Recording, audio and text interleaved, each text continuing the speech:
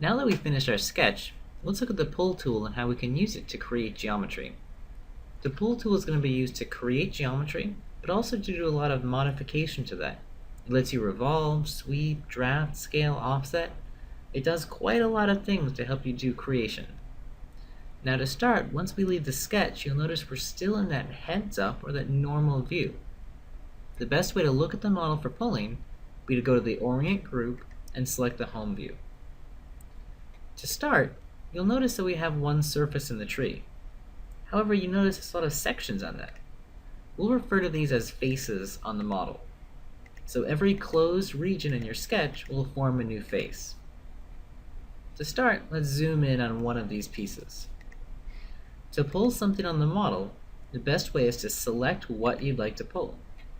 Once you do that, you'll notice that you have one face selected in the bottom middle of your screen. Also, you'll notice small arrows next to your cursor. That tells you the direction of the pull. Simply hold down the left mouse button, drag your cursor to dynamically pull that and thicken it into a solid. Once you're pulling, you can type in an exact value. I'm going to type in 15 millimeters. Remember, you're always pulling in the direction of the arrow. You don't have to select directly on the arrow here. Let's go back into a home view. You can either click the home button in the Orient group or press the H key on your keyboard for home.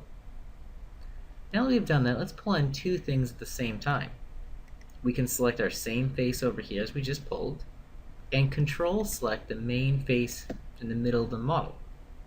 Notice you'll see we have two faces selected on the bottom of your screen.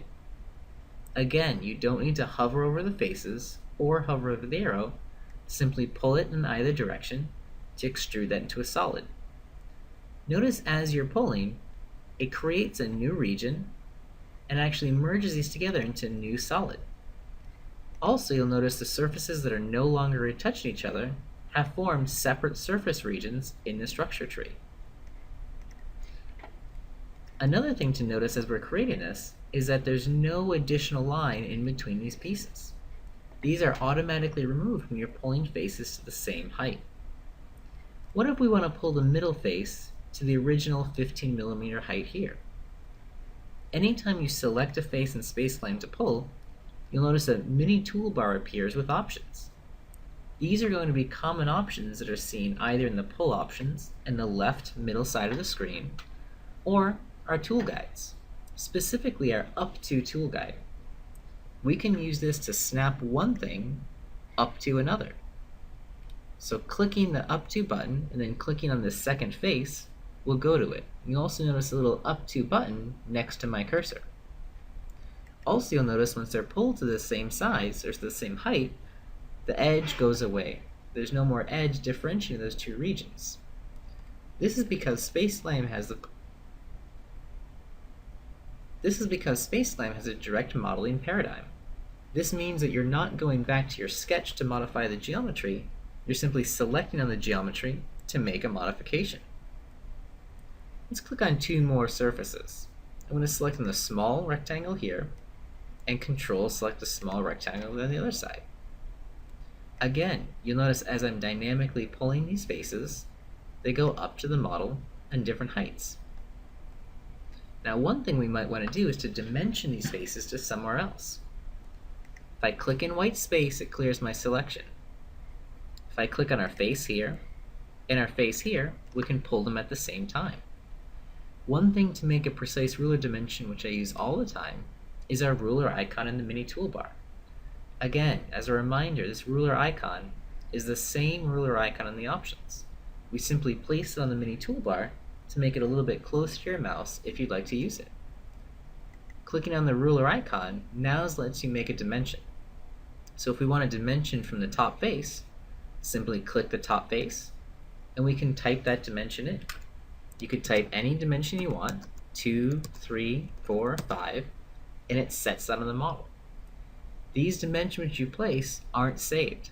As soon as you click in white space, that dimension will go away. The next thing I like to do is go back to the structure tree. In SpaceClaim, it's important to check to see what you have selected and also what's in your structure tree. If we have the solid we want, we might not need these remaining surfaces. These surfaces are left behind as the remainder of the holes that were initially in the model and a cutout on the front of the model. We can remove these now by simply going to the structure tree, right-click, and deleting them. To select more at the same time, you can Control-select them, or hold down Shift and select the top and bottom, and then right-click and delete them. Now you've removed the surfaces which you no longer need on the model. Let's quickly look at pulling on faces on the design. You'll notice that I can pull on one face on the model, and even though I pulled them initially at the same time, the two rectangles don't have to be symmetric and don't have to change together. Anytime I'm pulling or making a change in SpaceClaim, I can hit Escape on my keyboard to cancel that operation.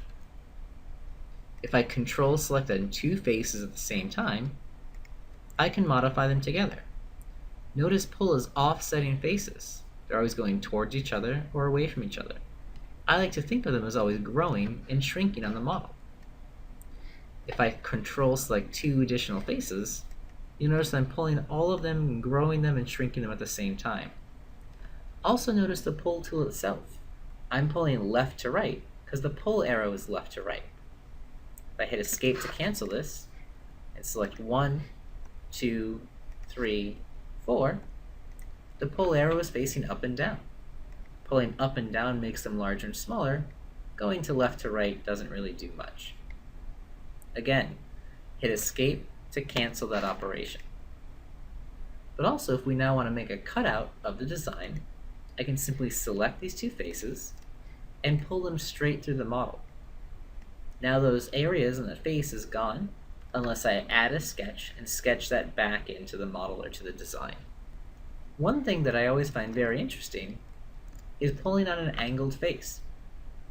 You'll notice as I pull on this face, it removes geometry from the model or adds geometry to the model, but it's always keeping those angled faces on one side or the other and using that as a reference. I'm going to hit Escape to cancel this. A lot of people ask me, well, what if I want to pull it straight back? To do this, again, I would look at my tool guides. We see Direction, Revolve, Draft, and Sweep. I don't see anything here. The only thing I see here in my options is we have an option to cut. This is why it's important in SpaceClaim, because I want to not only select the face, but I want to select edges at the same time to give SpaceClaim more information. By Control-selecting a face and an edge, SpaceClaim is pulling it backwards and ignoring that reference and influence on the left side. If I hit Escape and Control-select the second side, I can now pull them backwards together, pull them forwards together, and it's ignoring that reference. And I can also type in a value of 5 millimeters to pull them both back together. Another thing I want to look at is pulling on holes. Remember, there's going to be a big difference between pulling the edge of a hole, the axis of a hole, and a face. Typically, you'll want to be pulling on the face of the model, and you can always do this by checking the bottom right-hand corner to see what's selected. Just like pulling on faces we've seen before, we see a dimension on the screen, and as soon as you click that, you could type something in. I'm going to change this to 6 millimeters. Also, we saw me using up to earlier, and I can use up to when pulling on a hole. Simply select the hole, and I can use up to snap one hole up to the same size as another. Simply clicking the face of the hole snaps that together. Now both holes are 6 millimeters, even though I didn't initially pull them at the same time. As we're pulling, we're typically adding more things to the model. You don't have to sketch everything out at the same time. If you'd like to add something to the model later, simply select one of the sketch tools like Circle, and it's asking where you'd like to add the sketch. By clicking an axis or a face, you can put this sketch grid anywhere you'd like. I'm going to put it on our front face here. You'll also notice if I go to Display, I can control our grid options as well. I can have Fade to Scene to Grid on, clip scene above grid off, and you can toggle and play with this to see which you'd prefer to have. I'll have fade scene under grid on, and also clip scene above grid on. Now I'm going to make a hole, or a circle on this, right in the middle, and I'm going to type in 6 millimeters. Now again, remember to exit a sketch, you'll want to go to either the 3D button in the mode group, or click on pull. Both will bring you into 3D. One thing to point out, you'll notice there's no surface in the structure tree when we do this. If you're inside of a part and you sketch on a face, it will automatically imprint that onto the model. Simply select on what you'd like to pull and pull it in one direction or pull it in the other. Now I have a hole going straight through the part. Let's make another sketch while we're here. You can either click a sketch tool and then click a face to sketch on, or you can select an object and click a sketch tool. If I click the axis as an object and then click on the rectangular sketch tool, I'm automatically sketching a rectangle on that section. It's basically picking where you'd like the grid to go before you get there. I'm going to click on the Plan View button and sketch a rectangle. I'm going to click on this top edge to start my rectangle, and I want it to go down and snap to this line and go out 20 millimeters. Again, you can type in an exact value, or once you see 6 and 20, click to end your sketch. Always click once to start it and once to end it. Once done, we'll go to Pull to start pulling on this surface. Once I have the surface created, I want to make a cutout on this side of the design and the other side. You'll notice if I click on the surface, we have an arrow on that surface. If I pull in the direction of the arrow, it guesses to add geometry to our part. If it's pulling in the opposite direction, as soon as it hits a model, it decides to cut geometry away. This is what I talk about with SpaceClaim making a guess as to what should be done on the part or the design. I'm going to hit Escape to cancel this. This is when I would go to our SpaceClaim options to determine what should be done. If I'd like to add, now I can add in one direction or the other. I'll hit Escape to cancel that. If I want to cut, I can now cut in either direction. Hit Escape to cancel.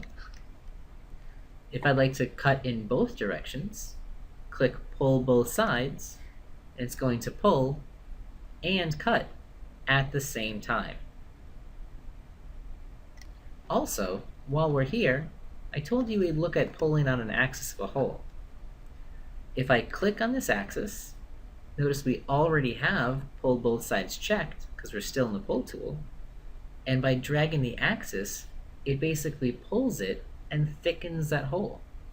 Imagine putting a drill in a piece of wood and then pulling it in one direction. It's going to pull that into a slot. Now, one thing I can do once I start pulling on an object, I may want to temporarily freeze that dimension that's created. To do this, hit the space bar on your keyboard, and it's going to freeze that direct dimension. Once that's done, you could look at your notes, you can figure out what size you want that to be, type in a number, and hit enter. Now we've pulled that slot 5 millimeters apart. Let's go to our home view now. The last thing we want to do is look at pulling both rounds and chamfers on a model. To start, I'm going to click on our edge here. Once it's selected, we can now pull this in the direction of the arrows to add a round by default. If you're pulling in the arrows, you notice it gets bigger and smaller as you pull. When a round is selected, a dimension pops up on screen and you can type in a value. I'm going to type in 10 millimeters and hit enter. To round multiple edges at the same time, simply hold the Control key and select on one, Control select two, Control select three edges, and you can add rounds. In fact, you can always just select the edges and type in a value. By typing in 10, I've automatically added 10mm rounds to those edges. Next, let's look at the top of these holes. Again, clicking on an edge allows me to type in 1mm and add that to the model. We showed pulling up to with faces, up to with holes. I can also use up to with edges. Select the 3 edges I want to work with, click up to, and select on that initial round. It pulls them up to that first value of 1mm. Let's add some rounds to the front of this model. What we're going to do is actually add a full round to these front sections. This can be done by control selecting the 2 edges we want to add the round on. As I start to drag them together, you'll notice it starts to add large rounds. If you drag back past 0, we automatically calculate and snap that full round value on. Again, simply selecting the 2 edges and pulling them in and then back past 0 adds a full round to them. Another method is to simply select the 3 faces you want to add a full round between. By right-clicking, you have the option to place a full round between those 3 faces, and the middle face will be absorbed by the round. Again, select 1, 2, and 3, and right mouse button will add a full round in between those 3 faces, absorbing that middle face. Both produce the exact same result. The next thing we'll look at is adding a few more rounds and some different round options. Remember, to add rounds onto a part, you can always double-click to grab a loop of edges on the model. If I want to add the entire loop of the top face, remember double-clicking will toggle through the different edge options. I'm going to double-click until I have this top loop. I want to round everything except for these 2 edges. So by simply holding the Control key down, I can unselect them from my design. Now I'm rounding just the top edges together, and I'll type in a round of 1mm. One thing I want to look at is how the order of operation with rounding affects a design. I'm going to zoom into this corner. Notice if I click on this edge and I add a round, how it looks different. I have a small sliver coming together. And in fact, I can click on one edge, or remember, I can double click to get a loop. And I'm going to make this 2mm.